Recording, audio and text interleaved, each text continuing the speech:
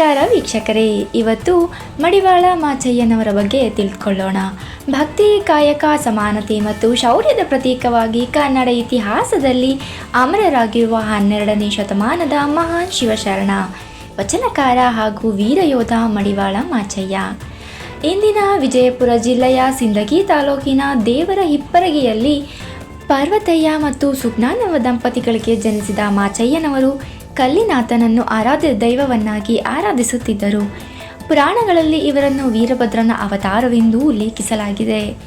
ಶರಣರ ಬಟ್ಟೆಗಳನ್ನು ಶುಭ್ರವಾಗಿ ಒಗೆದು ಮಡಿ ಮಾಡುವ ಕಾರ್ಯವನ್ನು ಜೀವನದ ಧರ್ಮವೆಂದು ಸ್ವೀಕರಿಸಿದ ಮಾಚಯ್ಯನವರು ಕಾಯಕಕ್ಕೆ ಅತ್ಯುನ್ನತ ಸ್ಥಾನ ನೀಡಿದರು. ಮಡಿ ಬಟ್ಟೆಗಳನ್ನು ಹೊತ್ತು ಸಾಗುವಾಗ ವೀರಘಂಟೆ ಬಾರಿಸುತ್ತಿದ್ದ ಅವರು ಅರಸತನ ಮೇಲಲ್ಲ, ಅಗಸತನ ಕೀಳಲ್ಲ ಎಂಬ ಸಂದೇಶದ ಮೂಲಕ ಕಾಯಕದಲ್ಲಿ ಯಾವುದೇ ಮೇಲು ಕೀಳು ಇಲ್ಲ ಎಂಬ ಸಮಾನತೆಯ ತತ್ವವನ್ನು ಸಮಾಜಕ್ಕೆ ಸಾರಿದರು.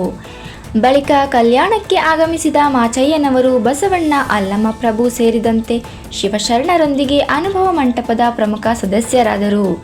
ಕಲ್ಯಾಣ ಕ್ರಾಂತಿಯ ಸಂದರ್ಭದಲ್ಲಿ ಬಿಜ್ಜಳನ ಸೈನ್ಯ ವಚನ ಸಾಹಿತ್ಯವನ್ನು ನಾಶ ಮಾಡಲು ಮುಂದಾದಾಗ ಖಡ್ಗ ಹಿಡಿದು ವೀರಾವೇಶದಿಂದ ಹೋರಾಡಿ ಅಮೂಲ್ಯ ತಾಳೆ ಗರಿಗಳನ್ನು ರಕ್ಷಿಸಿ ಉಳುವಿಯತ್ತ ಸುರಕ್ಷಿತವಾಗಿ ಕೊಂಡೊಯ್ದ ಮಹಾನ್ ಯೋಧರಾಗಿ ಗುರುತಿಸಿಕೊಂಡರು. ಕಲಿದೇವರ ದೇವ ಎಂಬ ಅಂಕಿತನಾಮದಲ್ಲಿ ಸುಮಾರು 354 ವಚನಗಳನ್ನು ರಚಿಸಿದ ಮಾಚಿದೇವರು ಕಾಯಕ, ಭಕ್ತಿ, ನೈತಿಕತೆ ಮತ್ತು ಸಮಾನತೆಯ ಸಂದೇಶವನ್ನು ತಮ್ಮ ವಚನಗಳ ಮೂಲಕ ಅಮರಗೊಳಿಸಿದರು.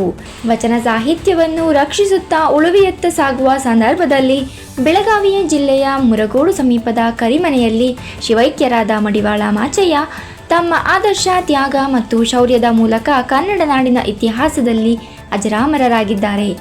ಇದು ಮಡಿವಾಳ ಮಾಚಯ್ಯನವರ ಜೀವನಗಾಥೆಯಾಗಿತ್ತು. ಇದೇ ರೀತಿಯ ವಿಶೇಷ ಸುದ್ದಿಗಳಿಗಾಗಿ ನಮ್ಮ ಚಾಲುಕ್ಯ ಟಿವಿಯನ್ನು ಸಬ್ಸ್ಕ್ರೈಬ್ ಮಾಡಿ.